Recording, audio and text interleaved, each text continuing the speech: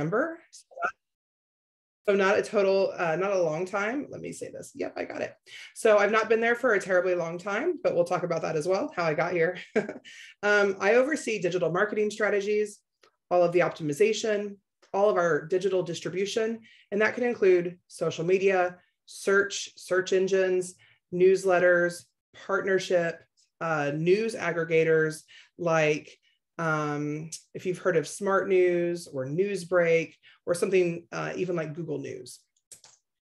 Let me see here. Okay, so then the business journals, we have a total audience, digital imprint of 10 million people. We have 48 websites all over the US. We have 64 print publications. And each year we host more than 700 industry events. Those used to be in person. Of course, now they're a mix. We have a ton of virtual events, but they're becoming more and more in person as we sort of move on.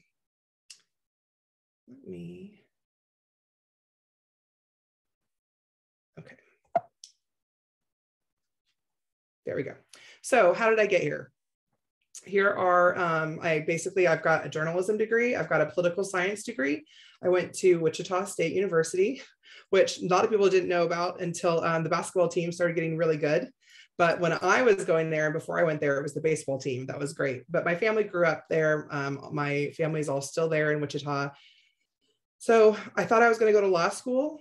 Got into Georgetown, was super excited, got that first bill and was like, whoa, we got to hold up. I'm not prepared for this kind of money or this kind of debt. And I started to kind of panic a little bit. So I started calling everybody that I knew. I had worked on the college newspaper for 3 years, almost 4 years. And the editor who was just above me had gone to the newspaper in Myrtle Beach. Well, coming from Kansas, I was like, that's a perfect opportunity. I want to move to the beach. So I called her. I started at the Sun News, which is now owned by McClatchy Newspapers. And I was a copy editor and I was a designer. So I did that for a few years. I learned everything I could. I went to the Orlando Sentinel and I was a designer there. And then that's when I got recruited to come to Atlanta. So that was about 15 years ago. As you can tell by some of my throwback pages here that I designed, but some of my claims to fame when I was a designer at the AJC was I got to design Barack Obama's first win, that front page. I'd only been at the newspaper for about less than a year. So that was a pretty big deal. And then you can see some of the projects I worked on up in the top right. The APS cheating scandal was something that I project managed and designed. All the different Snowmageddons I was there for, designed all of those. Nicole, will you tell me if there's stuff in chat that you want me to answer? Just shout. I will. So far, no chat. Okay, totally, great. So then, so I'd been working at the AJC for a while and had been working on all these big projects. And I sort of hadn't really connected audience with the work that I was doing. It was really hard. When you're working at a print newspaper, there wasn't like this immediate feedback. You kind of just had to go off of you'd have a focus group. And then for 4 years, you would just reference that one focus group you used to have. So it wasn't as immediate as it is now. But I'll tell you, some of these projects I worked on, like the APS cheating scandal, that was huge. That, of course, got big audience and became a huge deal, and it had a lot of impact. So that was really exciting. But then there was a teen shooter at a FedEx facility in Kennesaw. And our AJC reporters had all this, background information and behind the scenes information and been doing this investigation for over a year. So I was project managing that, getting ready for that. No one along the way was thinking about who's going to see this. How are we going to get it to them, right? It's sort of just assumed, if you write it, they will come, right? So it published on a Sunday. I came in that Monday. How's it doing? How did it do? It only had a couple 100 page views, right? So then my heart sank. And it was like more than a year's worth of work, and there wasn't a lot of impact. And that's when I started to really think, how does journalism and the work that we do as journalists, how do we connect that with audience to make sure that our content's getting to the right people at the right time on the right platforms? So that's sort of the mindset shift that I had at the newspapers that led me to then go work for the parent company. The AJC's owners had launched a bunch of digital startups. So there was no print edition. They were just all digital. I went and did that. And that's where I sort of just was thrown to the wolves and learned all about digital only distribution. I learned about Facebook. I learned about search, newsletters. Down here in the bottom right, we ran a site called Rare Country, and we hosted country music awards. So I learned all about event planning. It was sort of like a little bit of everything. That's when I started to realize that you've got to be thinking about audience the entire time, right? That you're planning and talking and thinking about your stories. So I did that. I worked for the digital startups. They sold those. And so I sort of was stuck, and I went and ran the analytics department at Cox Media Group for about 2 or 3 years. And that's when I got to start an audience team of my own for Cox Media Group. And then now just recently, I'm doing the same thing at the business journals. And when I say building and starting an audience team, I'm going to tell you all about what goes into that. So we'll start with, what are the business journals? Well, what do we offer? We offer news, insights, resources, community, wellness. We have newsletters, subscriptions that really keep people connected to each other and to the businesses that they own, or the business communities that they're a part of. And so who do we support? A lot of our audience is mid-senior level professionals, aspirational professionals, people who are maybe early in their career and want to learn more and become better. And then of course, we also have business owners, CEOs, CFOs, and you name it. And what makes us unique is really that the Business Journals has the largest local presence in publishing. So you can see, not only do we have an average renewal rate of more than 80%, which is absolutely unheard of, but we're all over the United States, and we're growing every year. I just want to point out a question before you move on to your next slide. Tito, you want to ask your question?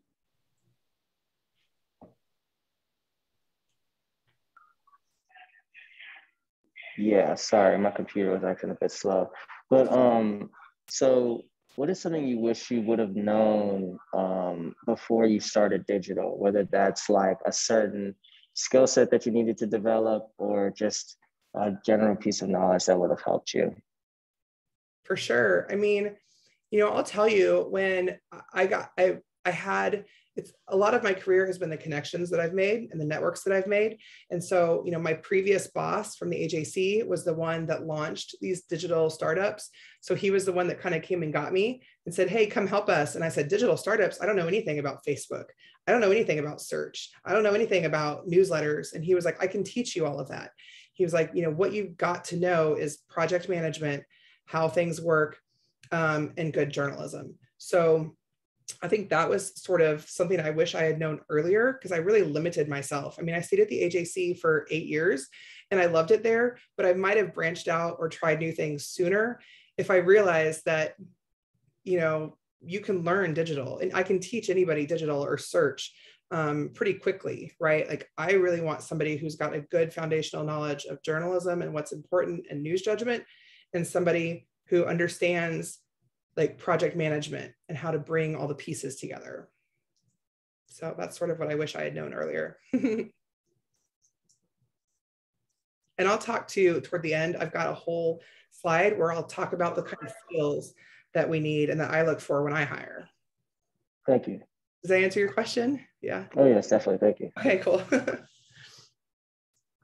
Cool. So if you're here in Atlanta, then really what the business journals mean here is the Atlanta Business Chronicle. So here on the left and in the middle, you can see this is the print edition. It comes out weekly. It's more like like what I would call a news magazine, newspaper magazine, and it gets delivered through the mail. And then here on the right, of course, all of our digital products. We've got newsletters, responsive websites, native apps, push alerts, all of those things. And really, the business journals have been doing newsletters since before newsletters were cool. I mean, that's the real thing. I mean, we've had newsletters for probably 20 years. They haven't changed much in that time, and that's what I'm helping and working on.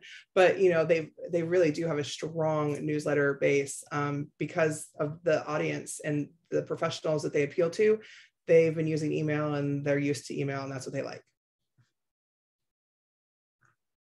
Okay, so what is a customer funnel? Basically, how do we take all of these new eyes and how do we turn them into new readers that will become long-term loyal subscribers, right? Because that's the goal. So audience growth is really, how do you get new readers, new eyes, new eyeballs on your products? And then acquisition usually includes paid media or paid sources, like where we make Facebook ads to reach new people. And then there's sort of the sweet spot in the middle where you want them to get to your products and say, wow, I really like this and I want to subscribe. And so that's what we call a conversion. So then once they convert, they're on what we call the bottom of the funnel or the right of the funnel. And that's where your job is to keep them engaged, make sure they're getting the content that they need and that they want, that they're understanding the value of our subscriptions, and that we have, it should say sales. I'm just realizing it says saves.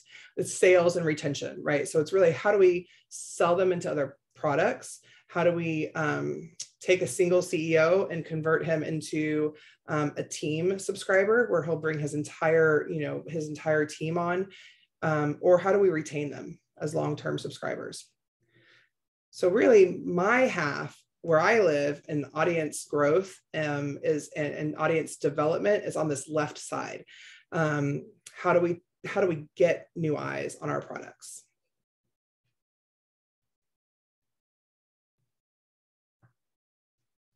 So how do I do that? How do I get new eyes on the products? Well, these are what I kind of call like the 4 big pillars of audience.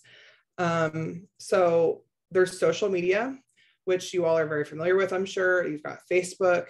LinkedIn is really big for us, a lot because of the business audience that we attract. There's Twitter, there's Instagram, there's YouTube, there's TikTok, all of these things. And then how do you measure success there? We're looking at click-through rate. We're looking at how many people do we reach? How much engagement do we get? Like how many comments, likes, shares, and ultimately how much traffic it brings us. So how many website visits and clicks? And then do we get new followers? Do our Facebook pages grow month over month? Do we have more Twitter followers each month? Are we getting new people to sign up and follow us? We've got search. So that means search engines like Google and Bing. That means what we call search engine optimization, which is how do we make sure that our content is appealing to Google and Bing's and other search engines bots and algorithms? How do we make sure that we're giving it the information it needs to know to serve up our content when people are searching? It also includes things you may not consider, like app store optimization, right? Like how do we make sure if you're in Atlanta and you're searching for business news, that the Atlanta Business Chronicle app shows up first? Then there's things like aggregators, which I mentioned, which they're not really writing news or creating content. They're really just distributing content. So that's things like Google News. There's an app called Newsbreak that's really big in the Midwest. There's an app called Smart News, which is huge in Europe and starting to get more traction here in the US. There's partnerships. We have tons of partnerships with local TV stations, Yahoo. And then a lot of those measures of success are the same. Awareness, click-through rate, how we rank with keywords, how much we have to spend, and how much traffic we're ultimately getting. So newsletters is pretty easy, pretty straightforward, right? We want to get new people signing up. We want to make the newsletters as great as they can be. And then we want to make newsletters where there's opportunity. And we're looking at things like how many people open it, how many people are opening it, then clicking, what kind of traffic do we get? And are we building our subscriber list again, month over month? Are we getting more people or are we losing more than we're getting? Finally, I sort of lump alerts and apps together. So that includes mobile apps, that includes who's downloading the apps, that includes push alerts.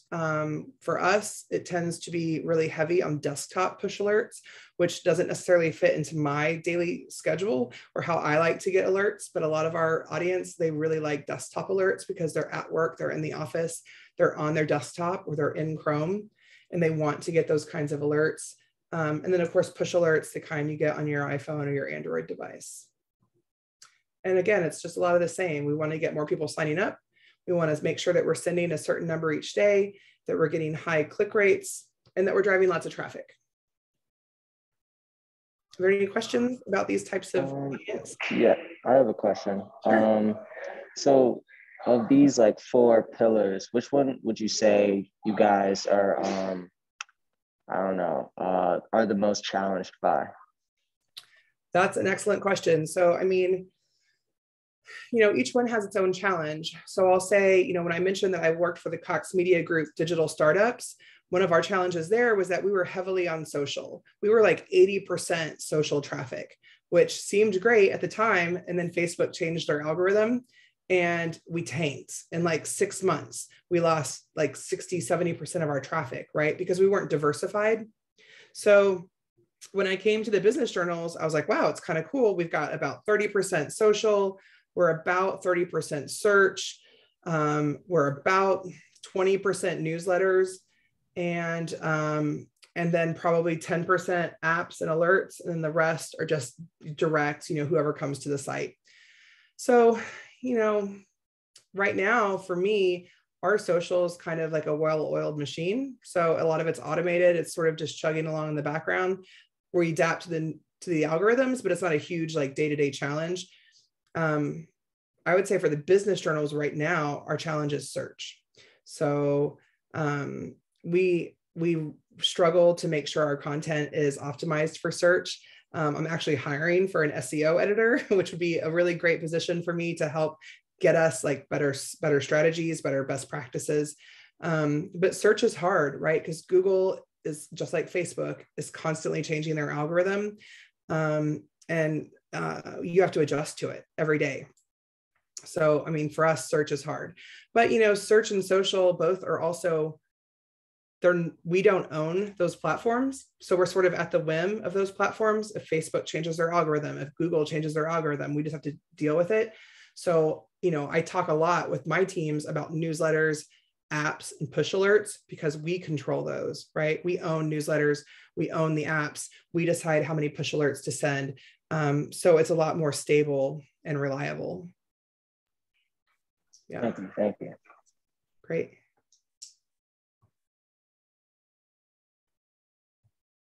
So yeah, so like I was saying about the reliability, right? You want to make sure that you're diversified because you want to have reliable traffic. We don't want to have 10 million page views one day and then the next day only have 2 million, right? I'd much rather have 5 million every single day. So in order to do that, you have to build a strategy. It tends to be, let's match the organic, which means the stuff that sort of just happens naturally, right? That doesn't require any money. That's just a normal Facebook post that you put into the newsfeed. That's just a normal story that you try to optimize for search, but it's just existing. You're not spending anything.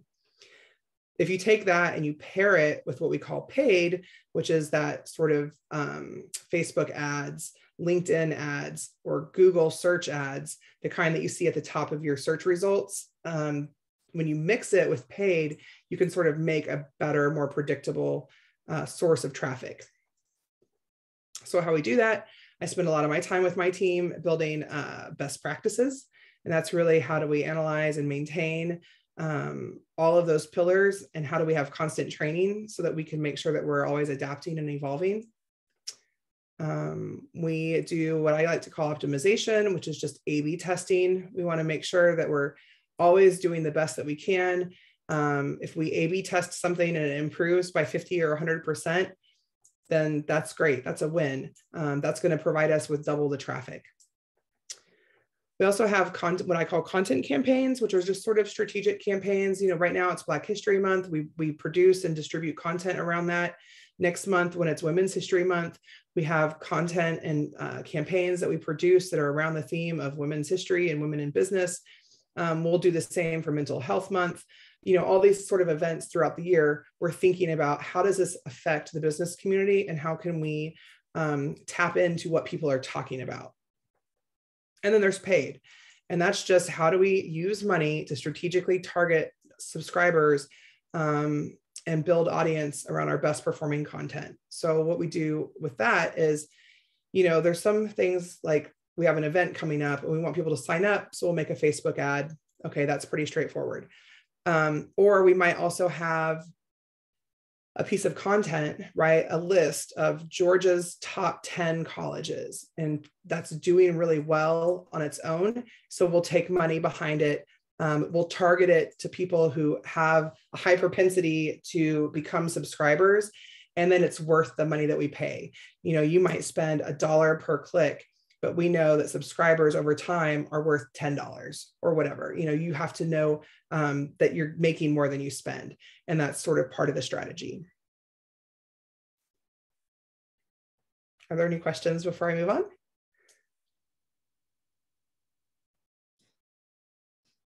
Go ahead. I think you're good. Okay, totally fine. So tips and tricks. This is one of my favorite. This is something that one of my coworkers showed me that I have lived by for a long time, but I don't think I actually ever saw it in this way. And so I thought it'd be fun to share. When I start a new job, I mean, I was with Cox Media Group for 15 years. And I had lots of different roles while I was there. But every time you start a new job, there's probably tons of things you could do. It's hard to know what to do first. It's constantly a balance of these 4 things, right? Ideally, you'd want to start with these quick wins and these low-hanging fruit, the things that sort of have a big impact, that can build confidence, that can build your relationships, and sort of set the foundation for these longer-term big projects that will require more effort. So, you know, you can have low-hanging fruit that doesn't require a ton of effort. You don't get a ton of return, but it's easy. You move on.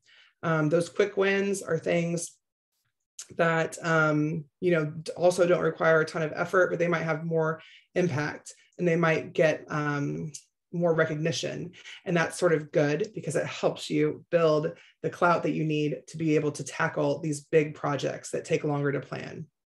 So yeah, prioritizing is key day to day. Sort of means that these things that fall into the bottom right, what I call like thankless tasks, I do them sometimes, but one of the things I've gotten better with as I've gotten older is to know when to say no. And that's okay, right? I have a lot of people when I interview them and they can't wait to tell me that they're a yes person. And that sort of tells me that, oh gosh, okay, I've got to help this person with prioritizing, because a yes person tends to really get sucked into these thankless tasks. And it means that they're missing out on all of these other things that can have bigger impact and bigger return. And then of course, everything that I put use data, everything that we do should be using data. Even if we're doing thankless tasks, you know, if somebody asks me to do something, I'm trying to think of an example. The other day, the way that we send push alerts on desktops, the Mac OS alerts don't look very good, right? They look really crappy compared to how they look on PCs. And my team is all on Macs, so they're all super focused on it. And they're like, oh, these look terrible. We've got to fix them. And I looked at the data and only like 6% of our users use Macs. So like I immediately said, no, like we don't need to worry about this right now. We've got these other bigger things to worry about. And it's not going to give us the return that we need for that effort when only 5 or 6% of your users even see it.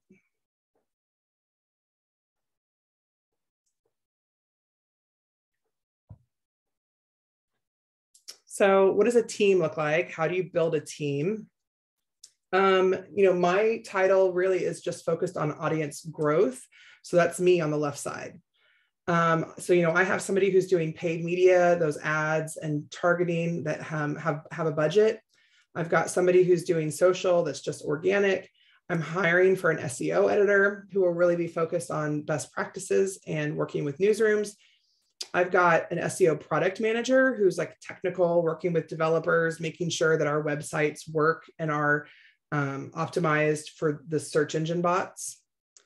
And then eventually, you know, I'd love to have sort of a partnership and what we call syndication manager.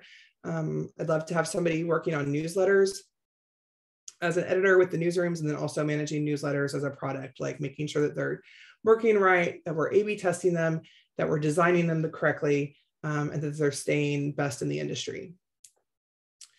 And then I have other people on my team who work alongside me. The other senior director on my team is in charge of on-site marketing. Like I said, he's the second part of that funnel, right? Once my team gets people to the site, his team is the one making sure that we're converting them into subscribers, that we're making sure that they're loyal, longtime subscribers, that they're happy with their subscriptions, and that they're renewing every year.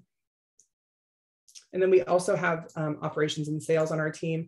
Those are really the people who are calling calling for sales, doing group sales to large companies, trying to retain people who want to downgrade or quit their subscriptions, and then just helping customer service day to day.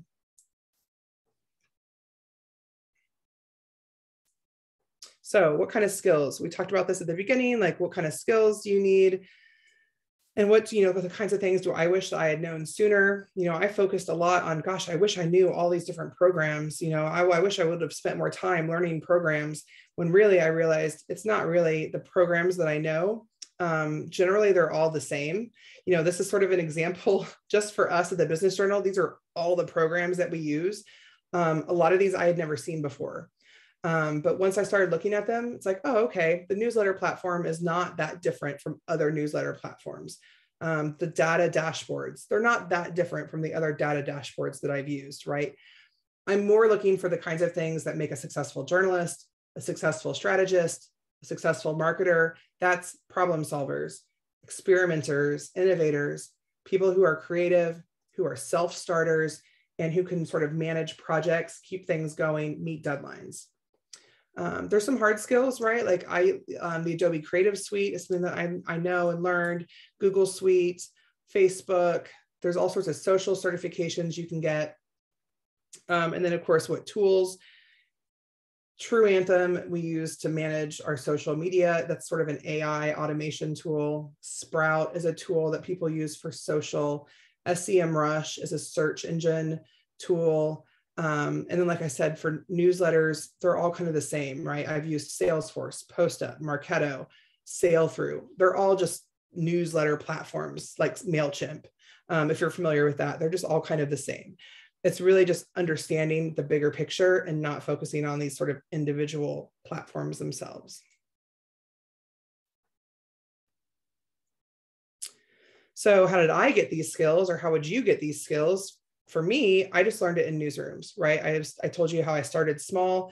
I called up a friend. I ended up at the newsroom and at the Sun News in Myrtle Beach, which was a really small newspaper. We didn't even have an online editor at the time. Our online editor was literally a guy who was still in college, who would like copy the stories and then paste them on the website. Like, that was the extent of our online editor at the time. But I started small, so I could move around really easy. I could try new things. I would go to every meeting I could so that I could listen and learn about all the different projects and processes and what the other departments were doing. Then I would look for sort of gaps. And then I would say, oh, I can fill that. Or, oh, let me learn how to do that. We need somebody to do this. And that's sort of how I've ended up in all these different positions, really just kind of learning along the way. And then, like I said, I'll share this deck with y'all because I've hyperlinked a bunch of stuff. There's, of course, like certifications and trainings that I've done that I try to have my team do. There's Facebook for journalists. Meta has a program called Blueprint, which is like an academy. They have got like 101 classes, 102, 201 for Facebook and things like that. And then Google has the same thing for all of the Google products.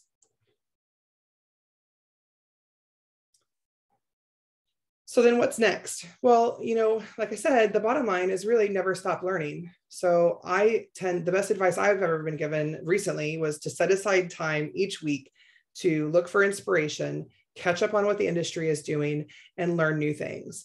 These are some of the newsletters and sites that I visit pretty often, at least once or twice a week. Some of them I get in my inbox every morning.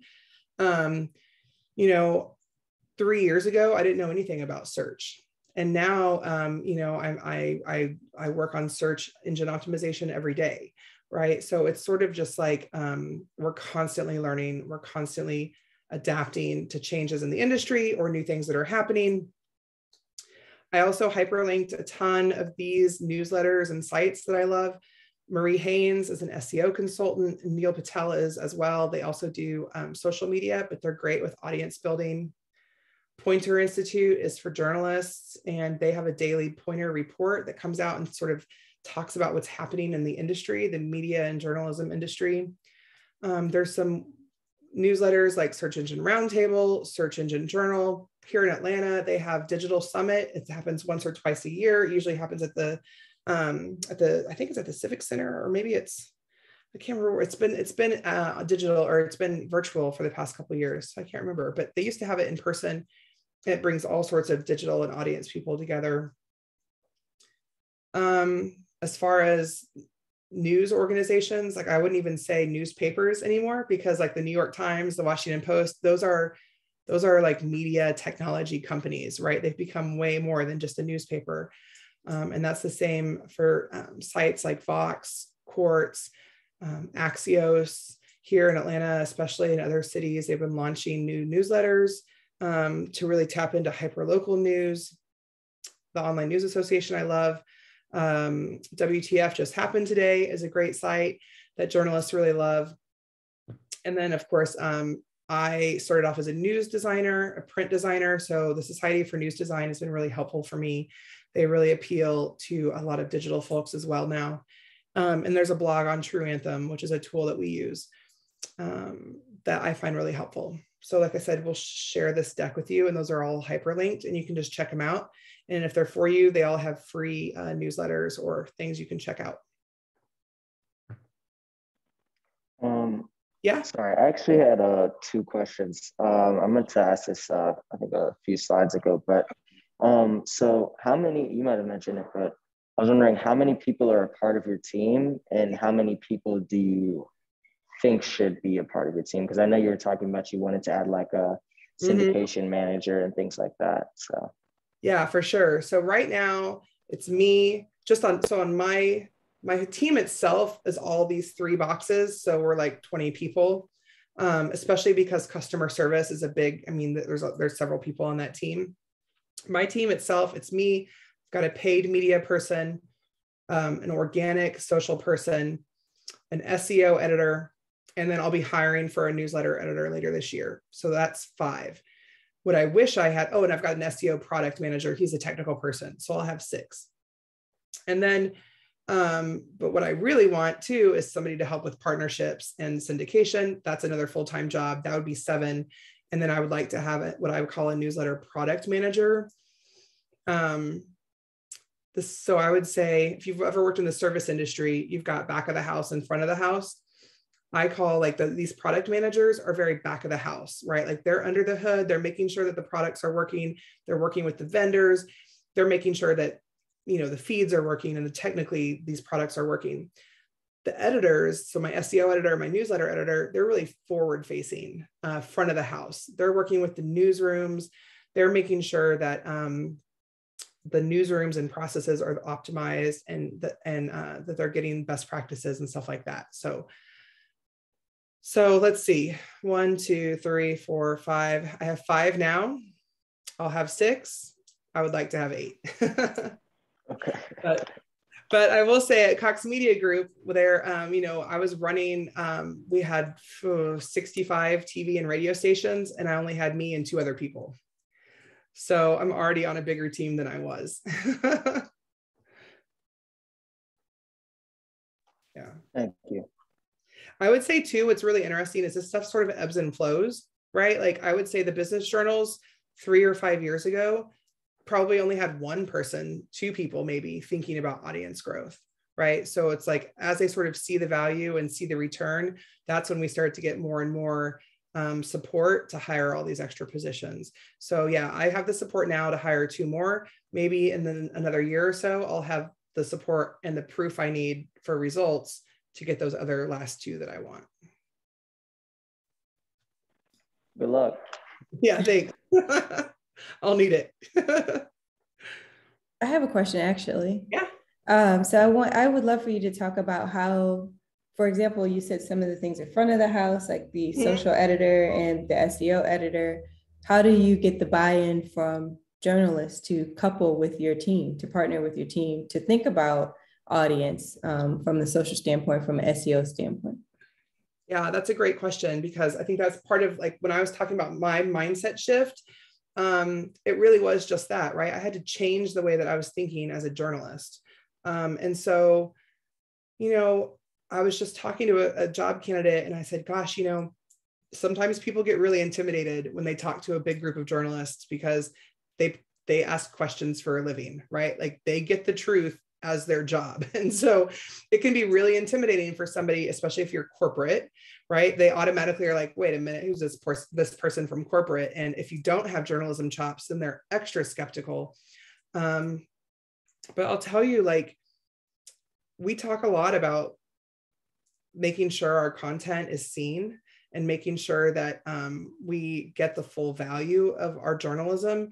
And most journalists today, for the most part, are hyper aware of that, right? So, you know, our teams in the newsrooms, their goals and bonuses are set upon these digital goals, right? Like they're expected to have a certain number of conversions to subscribers every year in their market. And they're also expected to have a certain number of page views and traffic. So they're automatically, you know, connected to the importance of that. But also, I mean, you know, it's really what journalists don't want their content to be seen, right? I mean, obviously you want to write good stories and then you want people to see it, and you want a lot of people to see it because it's important. So once we start talking to the journalists about that, and, you know, I spend a lot of my time listening and trying to come up with solutions. And so, you know, I have some people on my team who don't have any journalism experience, and that's okay, because if they're really good marketers or they really understand audience, they're going to bring in that new perspective that we sometimes forget as journalists. So in my experience, it's been okay. It's been pretty good. And, you know, of course, I just always say the data doesn't lie. So, you know, I was debating with an editor the other day because they were upset that there was in their newsletters, you know, there's a national story every day in like the second or third position in their local newsletters. And they were like, we don't want this national story. And I said, well, let's look it up. You know, and I pulled up the dashboard. It's like, okay, this one position is worth 20% of your newsletter traffic. Did you know that? And they were like, no, I didn't know that. Well, you know, if you want to lose 20% of your newsletter traffic, we can gamble it. And they were like, no, of course not. We want to keep it. And so, you know, I just say that a lot. The data doesn't lie. And we go from there. Very nice. What other questions do you all have?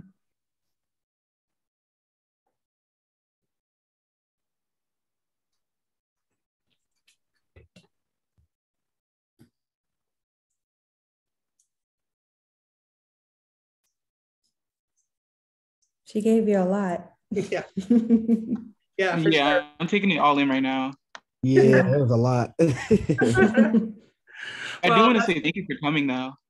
Cool. Yeah. Thank you guys for having me. I mean, you know, I love talking about this stuff. And when Nicole asked me, it was sort of like, talk about what audience growth is. And I had to even be like, what is audience growth? Because I don't even think about it sometimes in this way. Because my background is so varied and so different. And, you know, it's just, I've done a lot of different things. And, you know, ultimately I'm a journalist, and ultimately, like I said, I want us to do good journalism. I want us to cover the business community and be of value to our readers. And I want to make sure that we get more and more readers. Mm-hmm. Yeah, I find it interesting that I'll actually stop recording now since we're having a bit of a private conversation, and I'll send